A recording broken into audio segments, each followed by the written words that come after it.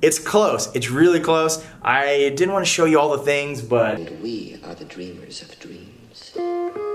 Living life, spinning like a merry-go-round. Traveling all around the world, you know we get around. Good vibes only. You know it's the one and only Justin Bravo. Come on. Yeah, that's my number one homie. Subscribe. Come on.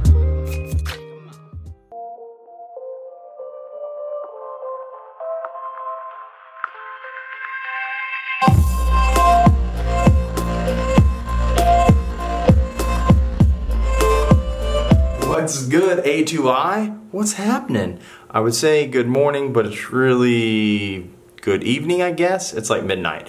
I'm not ready to show off the entire studio yet. I know everyone's excited. I know I talked about it a couple weeks ago, and believe me, I'm pumped too. Like, I'm pumped to talk about it, show you all the things, and it's just not ready yet. It's not quite ready yet. So you can kind of see the little bits of it, but we're not there. See some pictures I have, and then the red curtain there, which is a soundproofing curtain, which I'm super stoked about, and actually is really great because it keeps it nice and quiet in here, so even at nighttime, nobody can hear. It's really awesome. This is not coffee, chamomile tea, and just trying to relax. So I've gotten a huge demand to do a Q&A session. Everyone's asked me about it. So I put it on Twitter, Instagram. I said, hit me up, let me know your questions, and I'll do my best to answer them, and that's what we're doing today. That's the plan. Here we go. Okay, the first one's from Anna Marina. And Anna wants to know how I come up with my vlog material every day. And I like to tell you I'm a planner, and then I come through all this like amazing ideas, I jot them down and write everything down and I plan it out, but it's just not true. It's not really how I operate in anything. And to my detriment in some ways, but in a lot of ways it served me really well because I can go with the flow all the time. And usually what the vlog is, nothing's really scripted, it's just what I'm really doing day to day. So if I'm jumping off a mountain, doing some cliff diving, or I'm parachuting, or if I'm doing something crazy, it's happening on the vlog. If I'm not, if I'm here in the office just hanging out, editing and doing that kind of stuff, that's what makes the vlog too. So it really is kind of day to day. I don't really plan stuff too far out in advance, but sometimes, you know, if I'm talking with friends or I know I'm gonna go on a trip or something like that, maybe there's a plan, but usually not so much. I like to keep it just, you know, spontaneous, and what happens, happens. Next question is from Jennifer Chen. Jennifer wants to know how many hours per day do I put in editing and production of the vlog. So here's the deal about that. For the most part, it really depends on production is what I'm doing. So sometimes if I'm just talking to the camera, not so much of production. Sometimes if we're out and about driving, going from place to place, it could take all day because I'm just kind of filming boom, boom, boom as I go. I try not to make a huge deal out of it. I just try to capture the moments as they are there,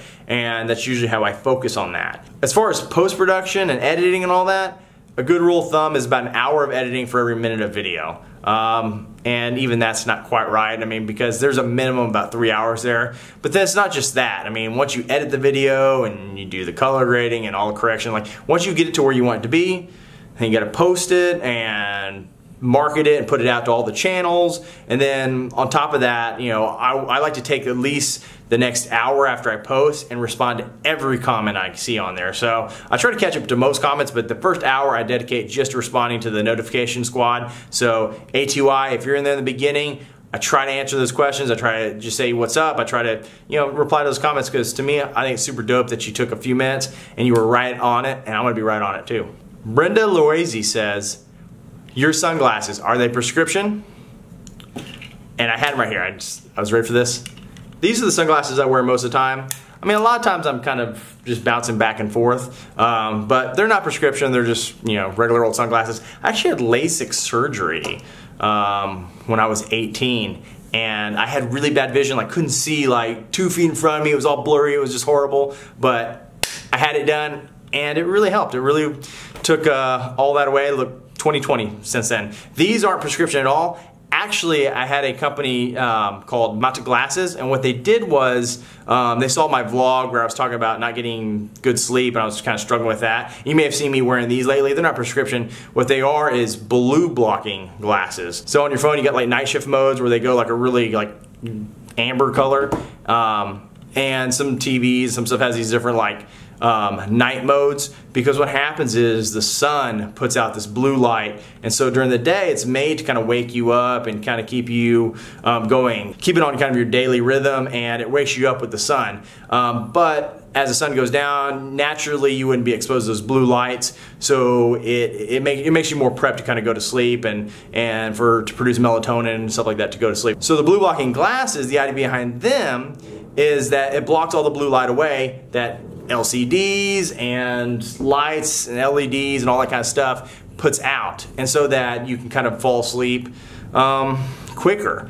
And so anyway, they sent me the glasses because, you know, believe me, each and every night I'm editing and I'm on that computer from at least 9 p.m. till about 3 in the morning every night. And so it's hard to be in front of the computer or looking at my phone and be able to do all that and then go from that and get into bed, because all that blue light coming off all those panels and just like it's so tough to kind of fall asleep a lot of times.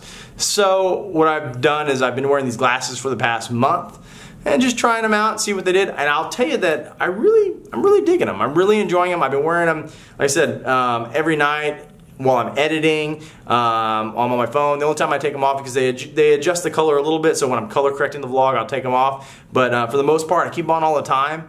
And when I go to bed, like I just, for whatever reason, I feel more drowsy. I feel tired. Like right when I'm getting in bed, I feel like I just can fall asleep. If I wear them for a couple hours and just around the house and I go to take them off, all of a sudden, like I can feel how harsh the light is. Like the light everywhere, the screens, the lights coming off the down lights, like everything feels so harsh to me.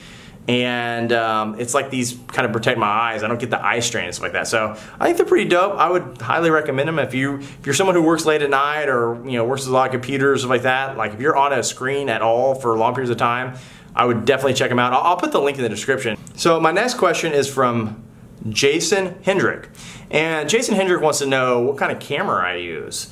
I use a bunch of different cameras. My main camera is a Canon 80D. I can exchange the lenses depending on what I need. So if I need a wide angle, I can use that. But that's usually my go-to camera, Canon 80D. Use it for most things.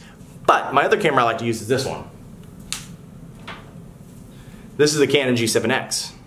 And has a little kind of noise cancellation, kind of wind muff up there from Skinny Muff. I highly recommend them also, but G7X, really good camera. I use this for the most part when I'm filming at night. It's got great low light.